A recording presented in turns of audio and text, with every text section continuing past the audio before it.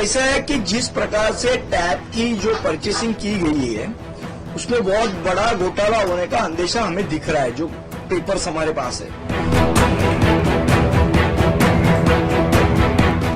वीरप्पन गँग ज्या पद्धतीने लुटत होती लोकांना, त्या पद्धतीने मुंबईला लुटण्याचं काम हे स्थायी समितीमध्ये चाललेलं आहे।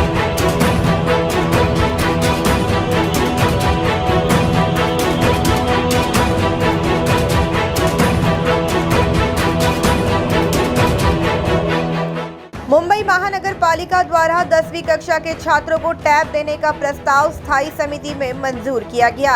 इस ठेके को लेकर भाजपा ने आरोप लगाने के बाद अब मनसे ने भी इस ठेके पर सवाल उठाए हैं। मनसे के सरचिटनीस संदीप देशपांडे ने पत्रकार परिषद लेकर ये आरोप लगाया कि इस निविदा में जो 3 कंपनियां पात्र साबित हुई है वो शिवसेना नेताओं की नजदीकी लोगों से जुड़ी है। 6 बार किया गया टैब में बदलाव। संदीप देशपांडे ने यह भी आरोप लगाया कि टैब खरीदी में टैब मुहैया कराने वाले कंपनियों को फेवर करना एवं उसमें मुहैया कराए गए सुविधा ऐसे 2 प्रकार के घोटाले हुए हैं। उन्होंने ये भी आरोप लगाया कि किसी एक कंपनी को ठेका देने के लिए टैब में 6 बार बदलाव किया गया है। 20,000 टैब को चार्जिंग सॉकेट ही नहीं है। आगे उन्होंने ये भी कहा कि टैब का इस्तेमाल केवल किताब की तरह होगा, इसमें न सिम कार्ड है न वाईफाई की सुविधा, साथ ही 20,000 टैब में न चार्जिंग सॉकेट है न बटन। देखिए, ऐसा है कि जिस प्रकार से टैब की जो परचेसिंग की गई है उसमें बहुत बड़ा घोटाला होने का अंदेशा हमें दिख रहा है, जो पेपर्स हमारे पास है। उसके ऊपर से ये पूरी तरीके से मालूम पड़ रहा है कि जो सुविधाएं टैब में होनी चाहिए, जिस प्रकार की सुविधा होनी चाहिए वो सुविधाएं टैब में नहीं है। ना उसमें कोई इंटरनेट फैसिलिटी यूज करने की सुविधा है, ना सिम कार्ड डालने की सुविधा है, ना उसमें कोई टीचर्स के साथ इंटरेक्शन करने की सुविधा है। और अहम बात कि ये जो टैब का कॉन्ट्रैक्ट है अभी दिया गया है, एग्जाम्स मार्च में है, तो मार्च में किसी प्रकार से लोगों के उपयोग में ये टैब आने वाला नहीं है।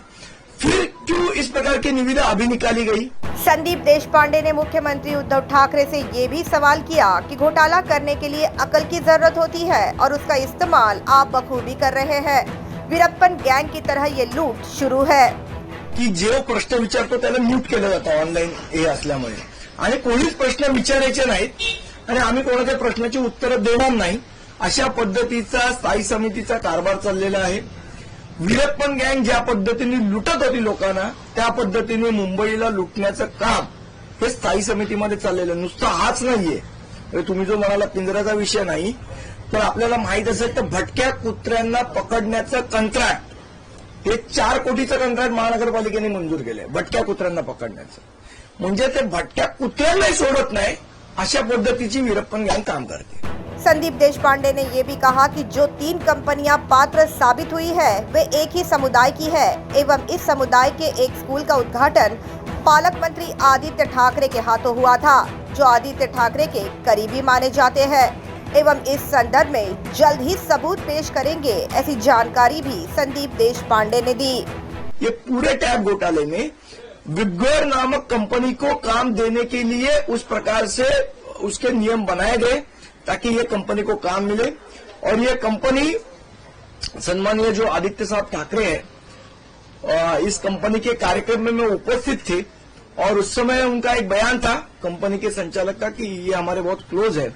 और यही कंपनी के 3 सिस्टर कंपनियों ने L1, L2, L3 हुए। एक ही कंपनी के 3 टेंडर हैं, जबकि एक कंपनी सिर्फ एक ही टेंडर भर सकता है, यह महानगर पालिका का नियम है।